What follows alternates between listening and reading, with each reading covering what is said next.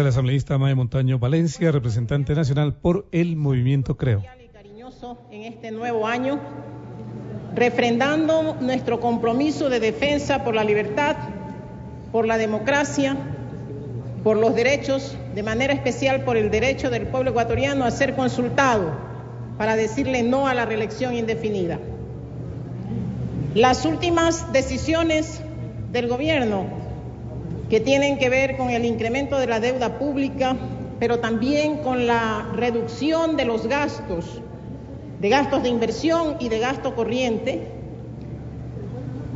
nos hacen dar cuenta que no estábamos equivocados en el debate del presupuesto.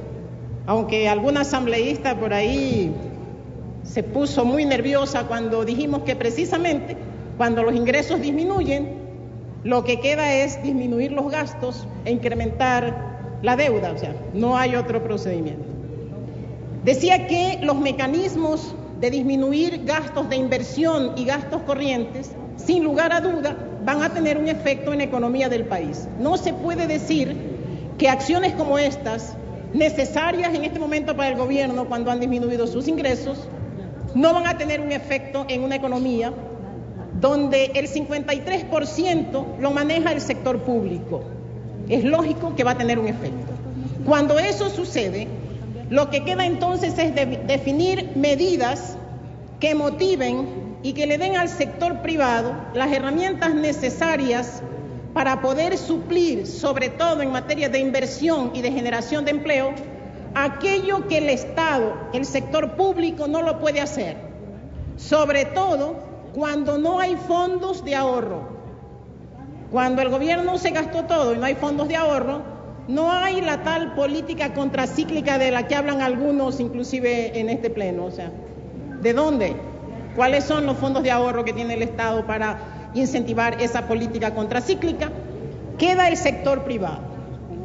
Pero indiscutiblemente, cuando analizamos en esta ley, que es una ley parche, porque no está dando realmente soluciones para tener una política laboral clara, precisa, robusta y dinámica, son medidas parche.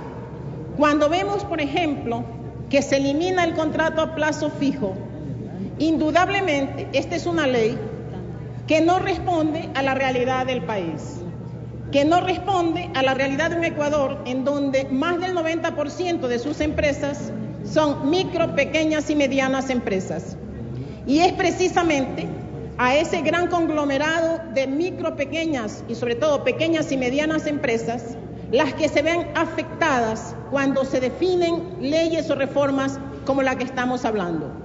Porque indiscutiblemente se incrementan los costos y porque sin ninguna discusión estas empresas van a ser afectadas. Y también el mercado laboral se vuelve más rígido.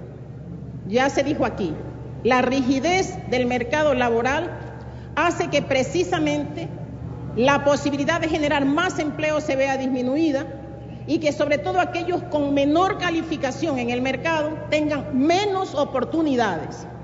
Entonces hay que hablar de que cuando se aprueban las leyes hay que analizar su constitucionalidad, pero también hay que analizar su conveniencia.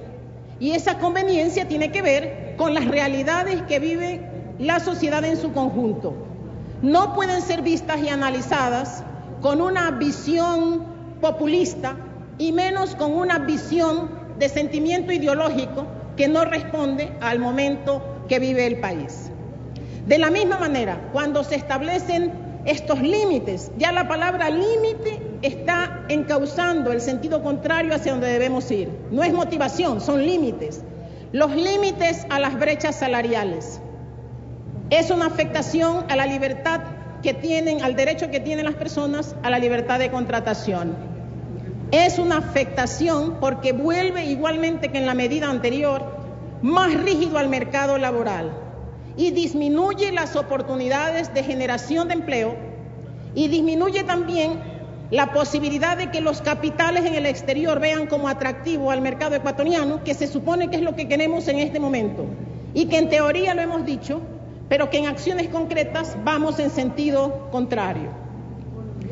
Sería muy bueno que cuando se habla de establecer límites en el reparto de utilidades, también se lo ha dicho aquí, pero hay que recalcar, la constitucionalidad, el respeto a la Constitución, que no puede ser un tema de discurso, ni un tema de si me gusta o no me gusta. Es un tema de que esa es la Constitución y esas normas que están en la Constitución tienen que ser respetadas. Sería bueno que los integrantes de la comisión, por razones de tiempo, no voy a hacer leer el articulado correspondiente, revisen en detalle y leyéndolo muy lentamente el artículo 326 de la Constitución en sus numerales 2 y 3, que lean el artículo 11 en los numerales 8 y 9 y que lean el artículo 85 en el numeral 2, donde se habla claramente del respeto irrestricto que hay que tener a los derechos de los trabajadores, que ninguna acción pública, ninguna ley, ninguna política pública y la acción de ningún funcionario y servidor público puede afectar esos derechos. Y lo que estamos haciendo precisamente con este artículo es afectar el derecho de trabajadores, que no importa si son 1000 o son 1 millón, es el derecho de los trabajadores a gozar de las utilidades, porque así lo dice la Constitución y porque así lo manda la ley. Así que mi propuesta es concreta. Yo creo que el artículo 1, 2 y 3, el artículo 16 y el artículo 9 de esta ley tienen que ser eliminados, porque son una clara contradicción al mandato constitucional y a la realidad que vive el Ecuador en este momento. Y me voy a detener de manera muy especial en el tema de la seguridad social para las amas de casa. Y es verdad, quienes hemos militado por muchos años en el movimiento de mujeres y hemos conocido las luchas y hemos trabajado en defensa de los derechos de las mujeres, tenemos que apoyar una medida como esta. Pero una medida como esta, cuando sea completamente sincera y cuando no tenga implícito de manera económica un interés que no es precisamente, o para decirlo mejor, que no es completamente el interés de protección, el interés de seguridad de las mujeres amas de casa.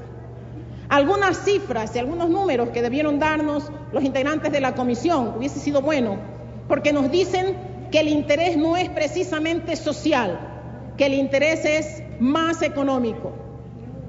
Cuando estamos definiendo en este proyecto de ley que 13.25% tienen que pagar las amas de casa para tener acceso a la contingencia de vejez, de invalidez y de muerte, y comparamos con lo que pagan los trabajadores privados por ese mismo concepto, 13.25 las amas de casa, los trabajadores privados pagan 9.74 compartiendo con su patrono lo que corresponde a vejez, a invalidez y muerte.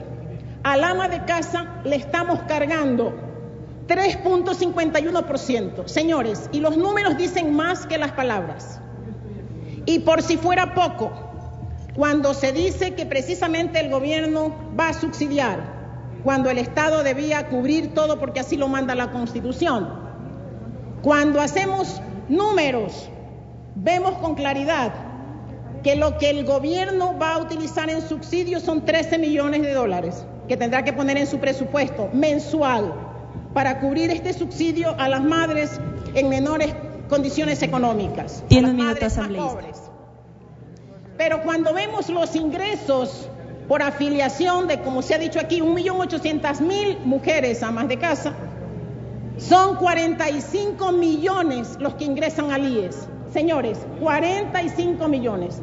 13 millones va a poner el gobierno, pero van a ingresar al IES 45 millones. La pregunta es, ¿el IES se ha convertido en una actriz en el tema de ingresos? Porque recibe sobre el techo de las utilidades, porque va a recibir 45 millones mensuales de la afiliación obligatoria de las amas de casa, y porque recibe también los fondos de cesantía de lo que ya hemos hablado aquí.